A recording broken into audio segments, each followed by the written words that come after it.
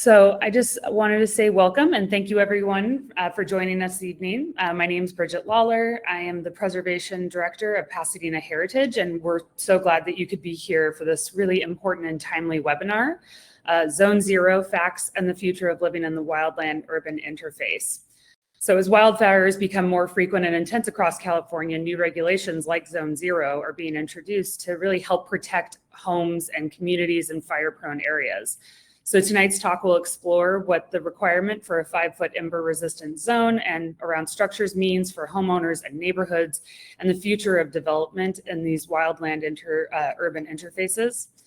We're honored to welcome Stephanie Landregan as our speaker this evening. Stephanie is a nationally recognized landscape architect and educator who recently retired as the director of the Landscape Architecture and Horticulture and Gardening programs at UCLA Extension. Her work has long emphasized community-based design and sustainable practices. She brings a wealth of firsthand experience from her years as chief landscape architect for the Mountains Recreation and Conservation Authority, where she worked extensively in fire-prone areas. As co-founder of Altadena Green, Stephanie has also been at the forefront of efforts to preserve and restore the character, heritage, and culture of Altadena's urban forest, highlighting how thoughtful landscape planning can support both fire safety and community identity. We'll be turning things over to Stephanie in just a moment, but just as a first kind of quick note, if you have any questions during the talk, there is a Q&A feature on the toolbar, so you can ask questions and Stephanie can take some time at the end of the presentation to answer as many as she can. So with that, please join me in welcoming Stephanie Landregan. Thank you very much, Bridget. I'm Stephanie Landregan. I'm going to turn on my screen and start our presentation. I want to make sure that it's working here. I think you just have my screen, right? Not yet. How about that? We're good? All right, excellent. So what I thought I would do is start off by defining Zone Zero and what it means, because we will talk about Pasadena and Altadena, but this is a statewide rulemaking that is going to affect over 4 million Californians. And we need to be sure that this rulemaking not only provides defensible space, but that it considers topography, climate, vegetative urban patterns, and presently the rulemaking does not consider the differences and the different scales that the rule has been mandated to consider.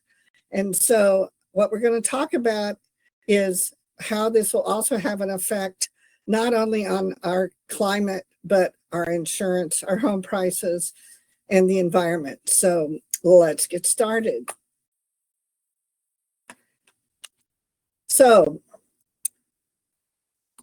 Zone Zero, these changes required the Board of Forestry to make changes to what was previously Zone 1. Zone Zero is a new zone. It's carved out of Zone 1, and it is a part of the defensible space zones. So instead of Zone 1, 2, and beyond, we now have Zone 0, 1, and 2. And this was a piece of legislation that was introduced after the Paradise and the Tubbs fires. And it was passed, it was an AB 3074, Assembly Bill 3074 in 2020. So many people are wondering why this piece of legislation that was passed in 2020 has not been enacted. It was supposed to be enacted by 2023. Now, Laura Friedman at the time introduced this piece of legislation. It passed, and now it is in the sausage making stage, which is called the rulemaking stage, in which many people do not pay attention. But it's important that we do, because what is happening here is going to affect 4 million new people who are in California. So whatever this rulemaking finally comes up with What are going to be the guidelines? How are they going to be enforced? What is that timeline?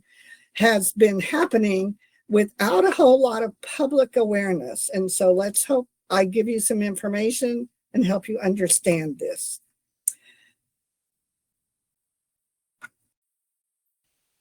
So this is very much nuanced.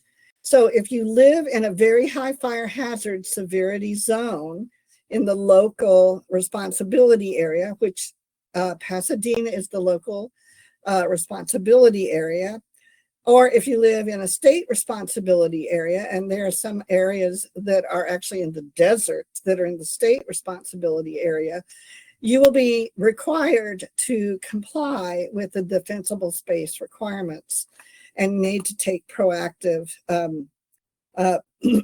steps to protect your structure. But there is a massive difference between homes in a rural environment and a tightly packed urban community. And the law and these regulations should reflect the differences in those two areas for existing homes, while providing a singular set of rules for new homes, which also will be built in the future. So let's talk about the zones. This is a picture of Pasadena and Altadena and San Marino. But as you can see, the high fire zones actually surround the foothills that come down from it. The very high fire zones are only affecting a very small portion of Altadena and a lot of the areas over near the Rose Bowl and in the San Rafaels. The orange is high and the moderate is the yellow. So these areas, only the red is going to be directly impacted by this zone 0. But do not fool yourself. That is for the time being. And it's a nuanced area here. So when you look at this, you are going to want to understand the difference between your zones here. And because we have brand new zones, the zones had not been updated since 2007, but in March of 2025, we have these first new fire hazard safety zones published. So this shows the zone's reach in Pasadena, but it's also a huge, huge reach because this zone has increased from 25 million acres to 38 million acres. It's a huge increase. It's a new group of folks who are going to be affected by this piece of legislation. So let's talk a little bit about what those zones mean. So zone 0 is proposed, and it's from 0 to 5 feet around all of your property or your deck or your stairs. And zone 1 is from 5 feet to 30 feet or to your property line. And zone 2 is from 30 feet to 100 feet.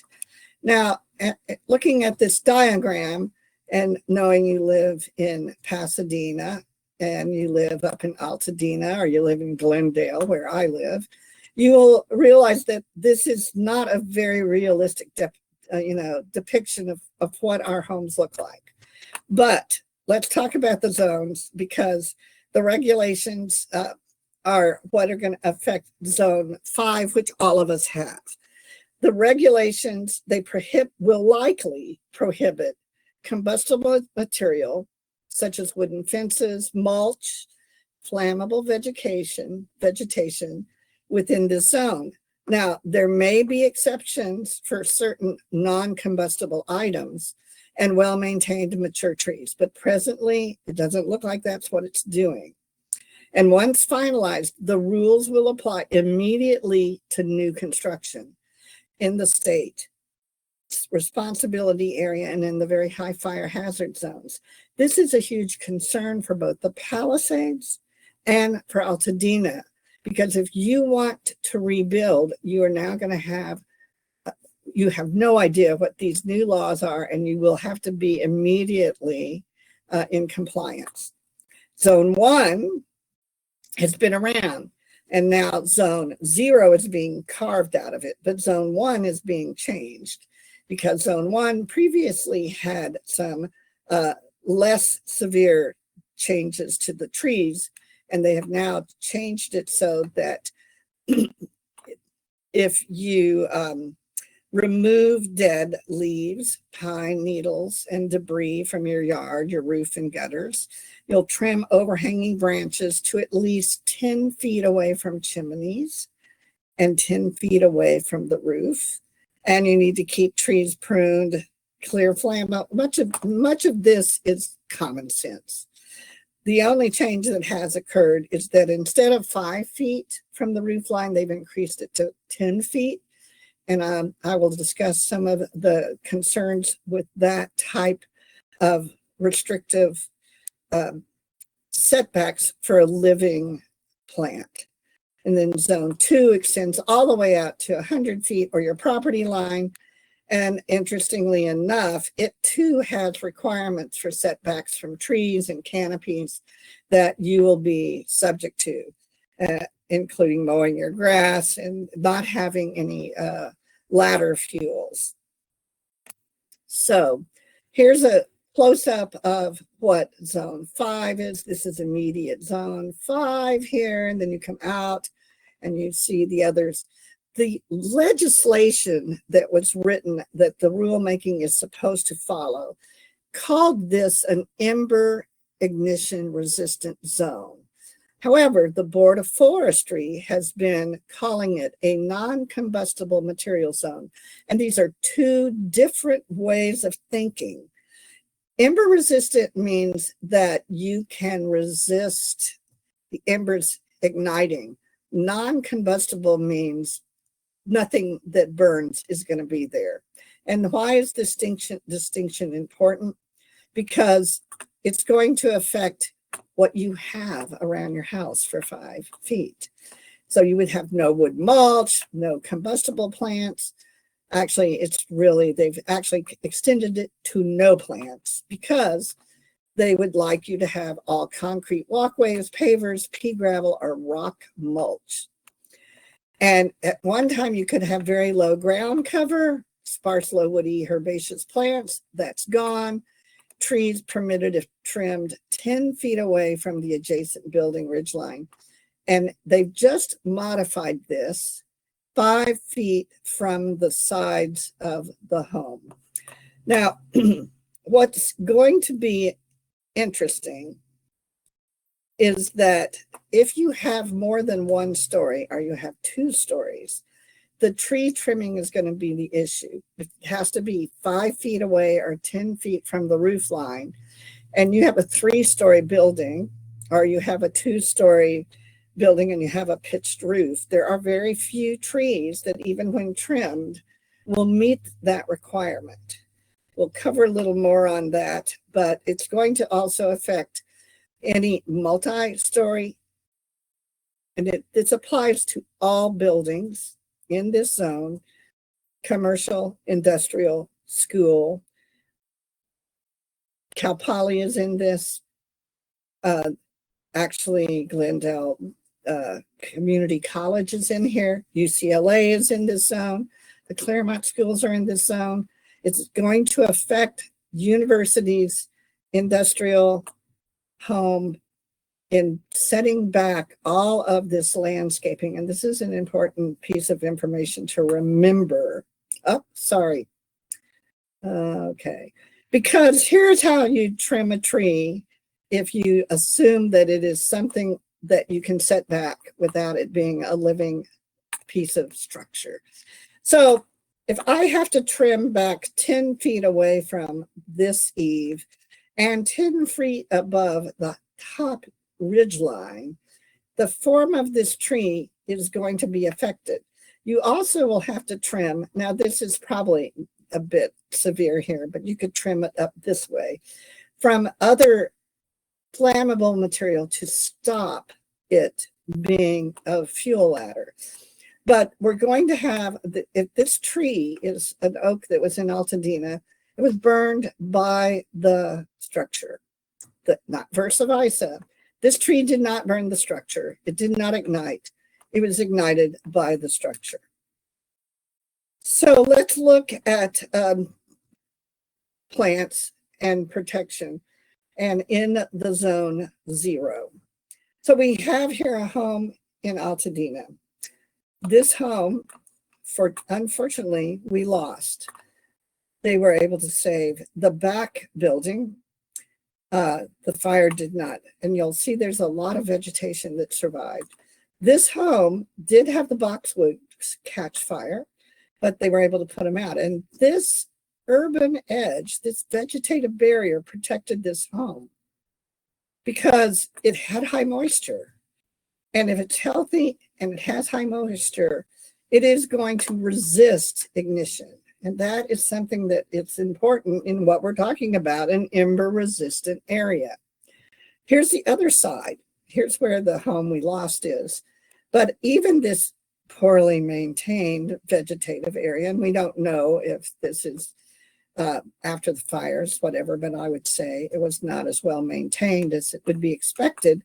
This home did not catch fire.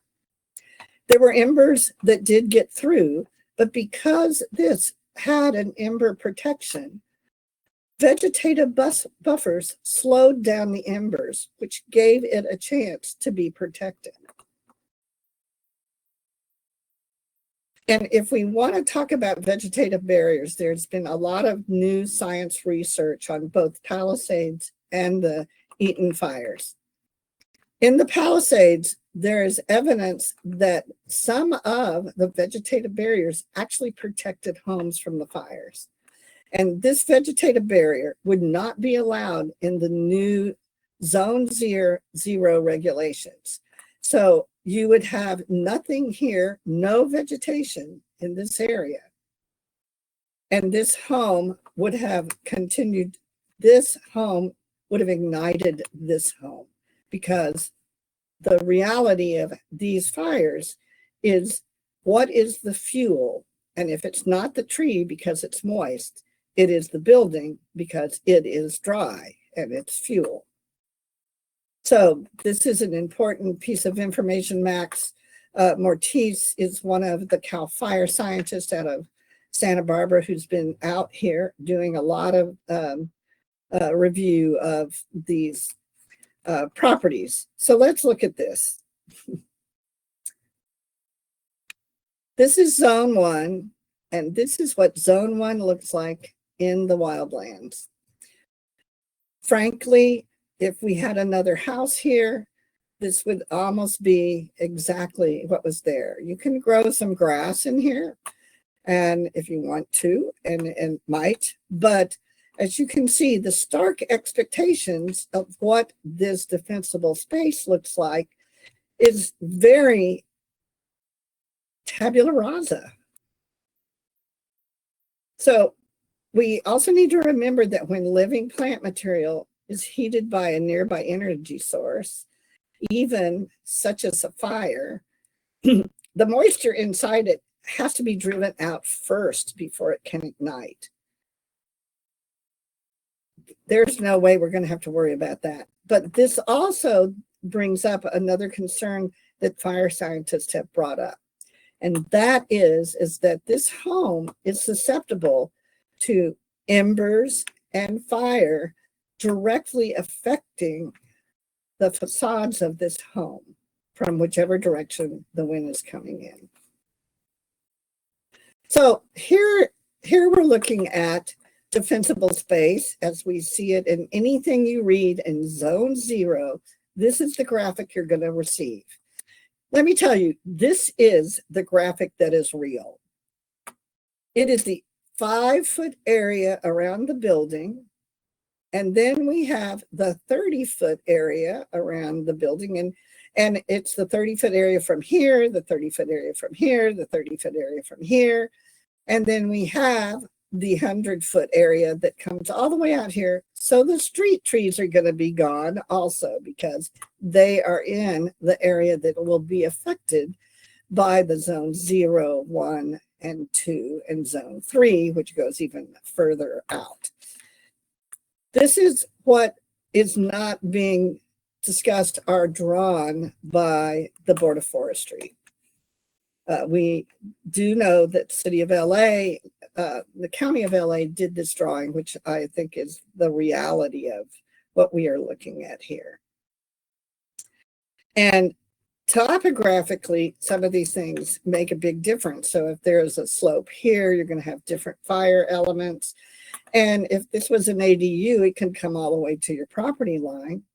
And you can have another ADU right next to your property line, because zoning laws are not really affecting any ADUs.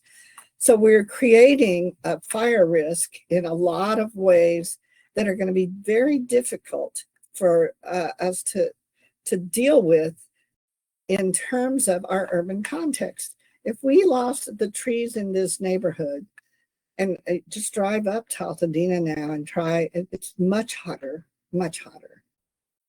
So what do we do? Some of the things that we really need to pay attention to is the defensible space regulation is generally a lot of common sense.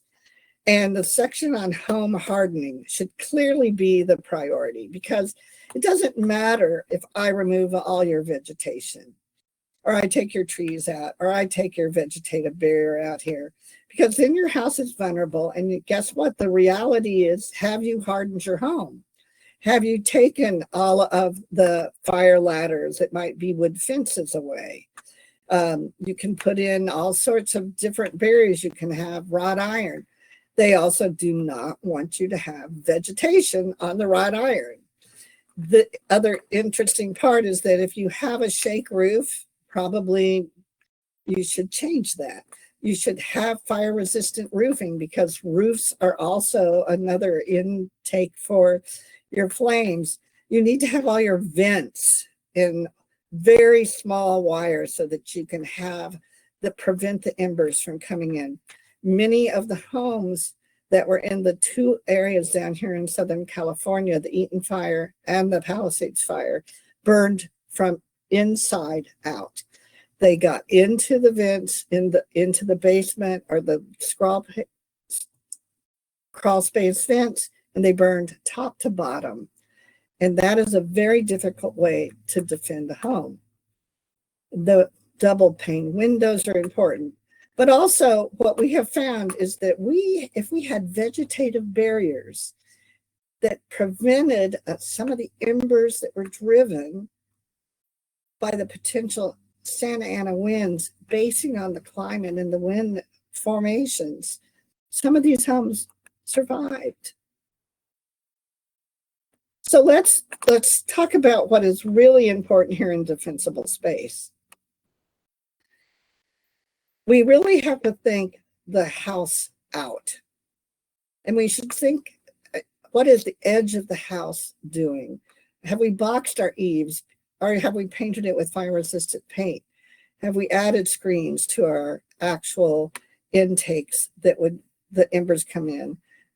Have we also hardened our windows? Have we used siding that is considered fire-resistant? Have we removed the wood fence?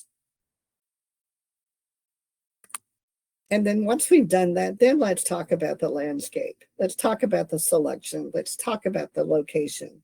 And then let's talk about maintenance, because a well-maintained, moist, healthy plant is going to be more fire resistant, as we all know.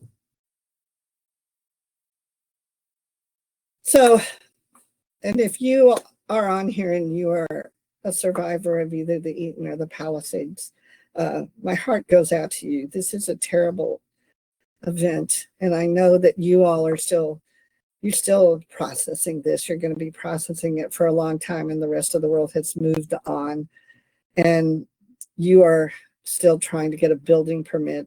You're trying to deal with your loss, and my sympathy and heart goes out to you. But you know, if you were out there and you've looked at it, that the trees survived. The homes didn't survive, but the trees survived.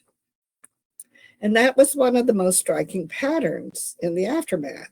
This was also the pattern in the aftermath of the Palisades fire and the aftermath of the Paradise fire. Green vegetation remained amid the wreckage of terrible conflagration remains. So when surviving plants appear scorched after these fires, it's often on the side of the plant facing a nearby structure. This suggests that wind-blowing embers ignited house fires. The house fires were then the fuel as the fire spread through the neighborhood. And we saw this repeatedly in Los Angeles area after the wildfires destroyed thousands of homes in January. So it suggests that we need to look at all of the factors that can influence home losses and home defensibility. The trees did not spread the fires. The embers carried by the winds did, and the homes scorched the trees.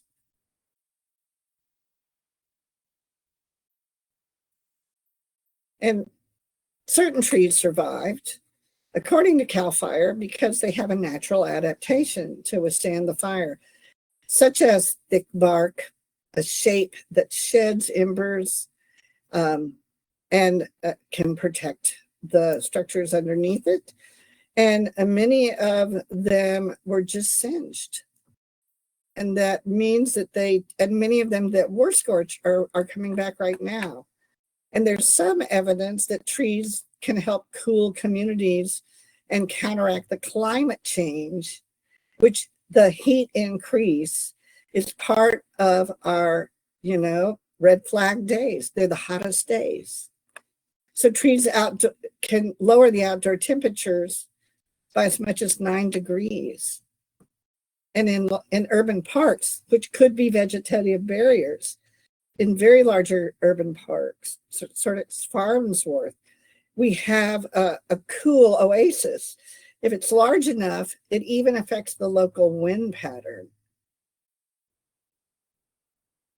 So we know now that there are structures that, trying to move my slide here, sorry.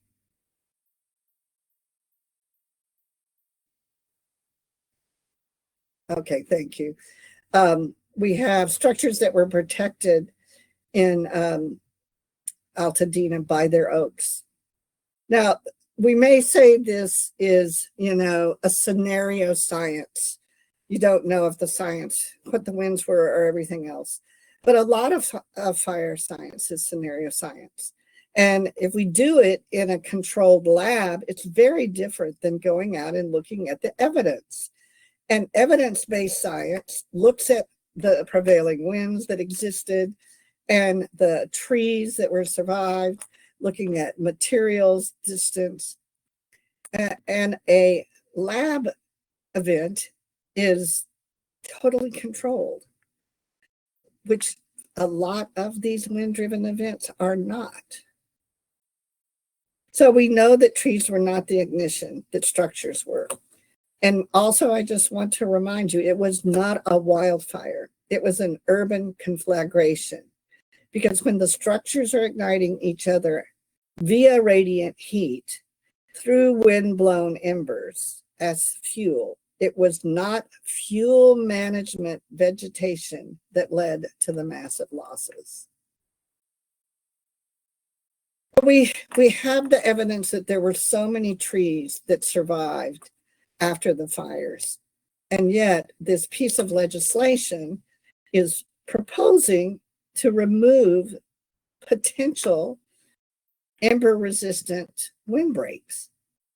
I mean, we've historically known that tall trees are used for windbreaks.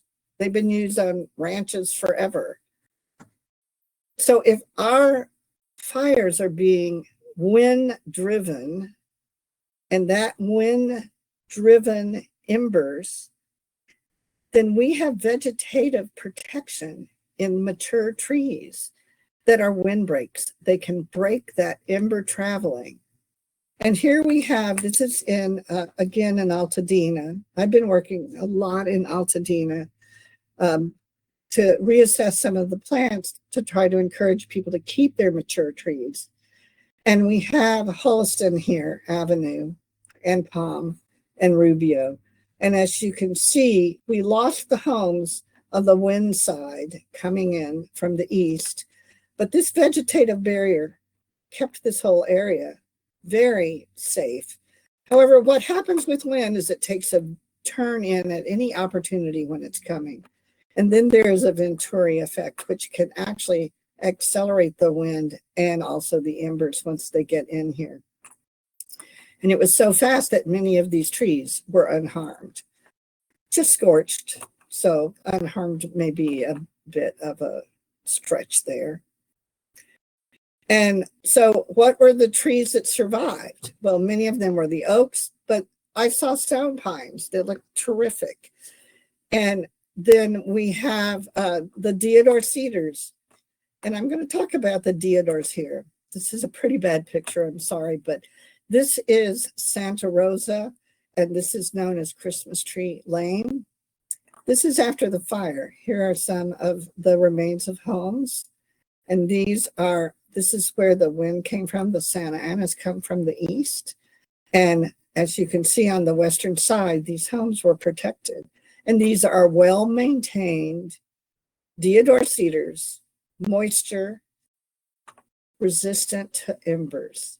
And you can see after the fire, there were so many trees that survived. Now the evidence is up the hill in Altadena.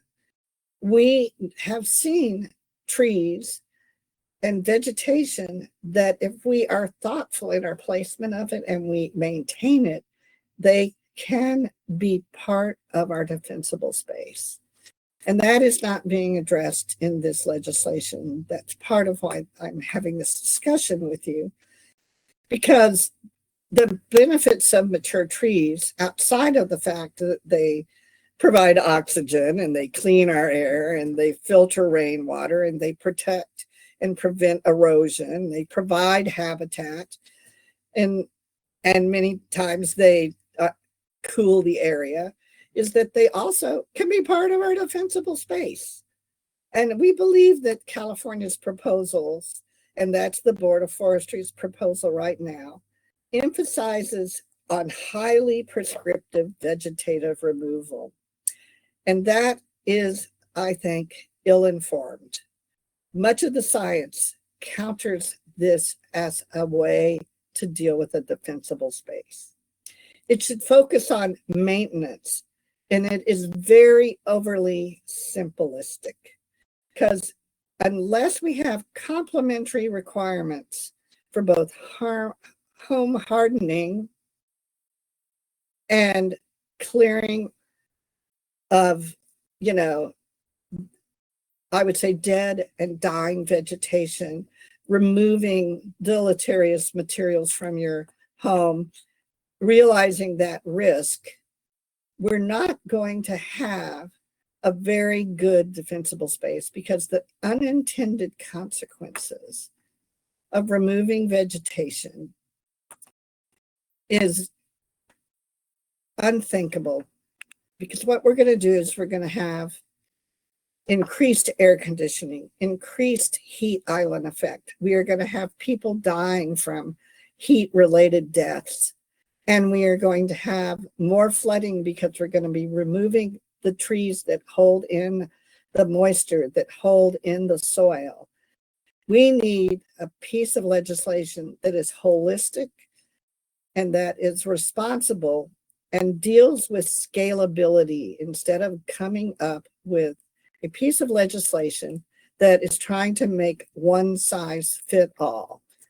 And that is the end of my presentation. I have a lot of information that you too can do your research on. You can read on Zone Zero at their website.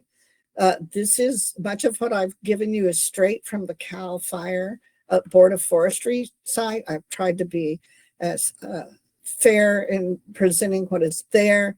You can see if your property is part of the CAL FIRE hazard severity zone. All you have to do is type in CAL FIRE hazard severity zone into your browser, and it'll bring it up, and you can put your address in. You can find immediately where you are. And then there are articles on the benefits of urban vegetation that we really need to have as part of this consideration of this new piece of regulation. And then if you are concerned, and I hope you are, because this is not being very well broadcast to those people who are being affected by this new rulemaking, there's a direct link here to register for the Board of Forestry meeting. It's going to be this Thursday on July 24th. It's from 9 to 5. Unfortunately, they have not posted any of the materials because I don't know what they've changed or if they're going to change some of the legislation, the rulemaking they have put out there. But if you are concerned that this needs to have more science and better accountability and understanding of vegetation within the fire zones and defensible space, please send letters, and you can send them to public comments at the Board of Forestry California .gov. So I am ready to answer some questions. I think I'm still here. Yes, and if you have any questions, go ahead and put them in the Q&A tab on your browser, and Stephanie can answer those.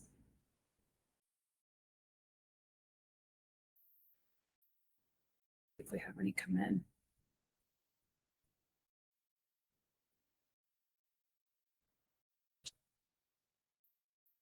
All right. Peyton had a question. Do we have access to this presentation? I will make this presentation available. Do I give it to you, Bridget, and you can share it?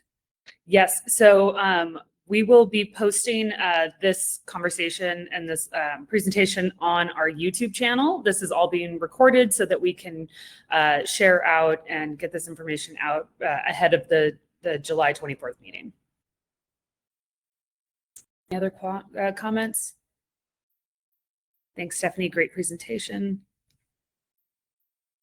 So who is the entity leading the work on keeping the Board of Forestry informed that science should lead these decisions? Do we have any legislators that are advocating for more research to be done? Bella, that's a terrific question. Many of the legislators are in the dark, and I'm going to tell you why.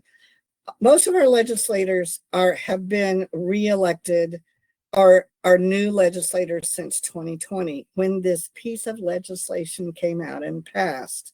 And as I said, we're now in the sausage making phase, which they don't pay attention to because they're proposing legislation, they're reviewing legislation, they're parsing the new legislation, and this was not even part of my new assembly member, Nick Schultz, had no idea about this because it just has never passed. And the Board of Forestry has not been as aggressive in making the public outreach as many of us in Southern California feel they should, because they are located up in Northern California. Every one of their meetings has been in Sacramento. They do allow you to register for the meeting, and if they please, they will allow public comment, and they have. We have suggested that they have some of the meetings down here in Southern California because it's so different. And it's, how many of us are going to fly up to Sacramento for a meeting? The dilemma is that if you are at the meeting, of course, you have priority on speaking and talking, and there are, I am not going to diss the insurance companies, but they are there in mass because they have a bone in this dogfight. So we need to be fair in saying that there's two ways of dealing with risk. You can remove the risk totally, or you can mitigate the risk. This is removing the risk totally, which is to the advantage of individuals who are shareholders of insurance companies. It's the way to go. That's what they're going to wish for. The reality is that if you are a cancer patient, you can remove the risk. And it may be that you have, cancer of the liver. Are you going to remove the liver? Or are you going to do treatment? What is the mitigation? The reality of risk mitigation and what should be the right thing to do is what I think is at the crux of this issue here. But back to your question, which I'll really finish answering. Ben Allen, who is Senator Ben Allen, and he is from the area in the Palisades, has been paying attention. He has been very concerned with protecting the Palisades. So, and if he has felt this was a good protection, he has been petitioned by many people, including Beverly Hills, Brentwood, Malibu, Palisades, other folks who have realized that this may not be the best way to deal with it. So those are areas that are also affected. The Hollywood Hills is going to be heavily affected. You're going to look in the valley, it's heavily affected. It's going to affect areas up north, down south, all of the areas that have pretty much any hillsides and hillside communities. They have only heard about it when people call them and say, are you aware this is happening? Now, Ben Allen is aware of it because he's also, I think, chair of the budget committee, and they will make allocations for any piece of legislation or rulemaking that gets passed. It is a small group of legislators up in Sacramento that are fully aware of what's going on because that their business is on making new laws, creating it, and not, they give it over to somebody else to do the sausage making. Any more questions? Let's just check it out. And Stephanie, for me, can you talk just briefly about how this would affect historic landscapes? Well, that is also, I think, a very valid question, because there are, when we look at the historic landscapes that we lost, many of them, I think, would have benefited maybe from a vegetative barrier in the long run. I'm not sure. I do think it is of interest that we have, look at what the Getty did. Let's call it a historic landscape. They anticipated how to deal for the fires. And how do we make sure that some of the historic landscapes, first of all, many of them are probably on the Mills Act, if I'm correct. So what if the Mills Act has funding to help mitigate for fire? This is something that hasn't been addressed. It is a huge issue. Many of the universities are historic landscapes. I mean, Garrick Ekbo and,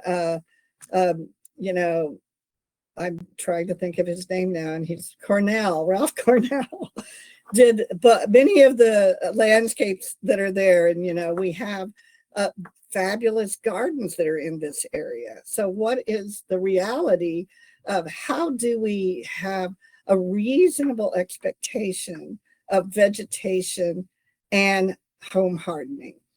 Because we can't just have a tabula rasa. We can't just remove this and just assume that is going to protect it. I can tell you 4 properties that had done vegetative management in Altadena, they're gone. It didn't matter. So we really want a defensible space. We really want to, we're living with fire. And it is on a cycle. there's another question. Who is the entity that would be mandating these requirements?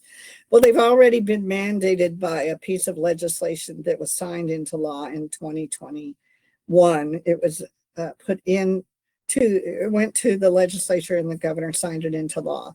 So the person who's actually mandating it at this moment is Governor Gavin Newsom. He's the one who has brought it back up to be considered.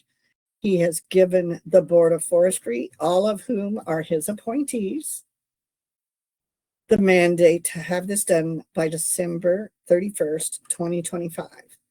Now, the reality is the movement through here is not paying attention to the current science that is being done right now in these two fire zones. And some of what is being found is some of it is duplicative of what was happening in Paradise and some of the Ventura fires. But when you have fire scientists who are doing different ones, you need to put it together and find commonality and not pick one or the other. The contrast that we're having right now is that the Institute on Business and Home Safety, which is the insurance industry's arm, have done experiments, and they've shown how that if you have dry materials and you have an unhardened house and you blow embers on it, that it will burn down. Well, you give me a blowtorch, I can burn anything down. But the reality is they were not using, moisture sensitive plants. They were not using a hardened home. They, if we're going to make the vegetation the culprit, we're missing the boat. It has to be a combination, and we should not be penalized for a tree at the cost of removing a tree when we should have put the cost into hardening the home first. There needs to be a triage for everything, and this is not triaging in a manner that I think is economical, wise, or going to be successful. And for landscapes that are historic, it's very important that, we look at, I'm sort of historic. I do different things now. I take care of myself in a different way. How do we take care of historic landscapes in a different way might be a whole study that we have. And I think it's really important because some of the losses that we just had both in the Palisades and here, but there are homes, there are places that survived. And so the Getty is a terrific example of, maybe they should be helping all of us in historic defensible space. And I think we have another question here. If you scroll down from Brad. All right, thank you very much. No, you're gonna talk. Yes, please. It's very important that they have their eyes on what's happening here and how it's going to affect their districts. So it will make the Cal Green shade requirements for new or modernized school projects very difficult. That is so true. There is such a conflict between all these state laws. They're not, they're so siloed. There is the Cal Green shade requirement. There's the ADU, SB, I can't remember its number right now, in which it says that you can build an SUV almost anywhere on your property and nobody can stop you. The zoning laws don't have anything to do with it. Yes, the shade element is going to be heavily impacted by this. And some of the areas where this is going to be impacted are not just, there was an individual who said it's just the wealthy areas, go to San Dimas, go out to Monterey Park, go out to some of the other areas, go out to Baldwin Hills that are now in these high fire zones. It is indiscriminate. And we cannot assume that this is a cost that is going to be borne by people. It should not be. It's your property values are going to go down if you have ugly houses. But let's not think about the aesthetics. your air conditioning bill is going to go up because you no longer have shade. That's going to increase greenhouse gases. I mean, it's a total domino effect. If there's any other questions. Great. Well, thank you so much, Stephanie, for doing this for us tonight. If anybody has kind of additional questions afterward, I would be, after this webinar is over, you can reach out to me at Bridget@PasadenaHeritage.org. That's BRIDGET, and I can get some of those questions or comments over to Stephanie. But thank you guys all again so much tonight, and so keep an eye on July 24th, and please reach out to your local legislatures. Yes, thank you all very much for caring. I think that if I'm the first person to tell you more about this, please, you too, tell others, because I think it has just not been well advertised. The outreach has just been so poor, and so many people are going to be affected. Thank you for taking the time. Thank you so much, Stephanie. All right, everybody, have a great night. Have a great night. Good night. You too.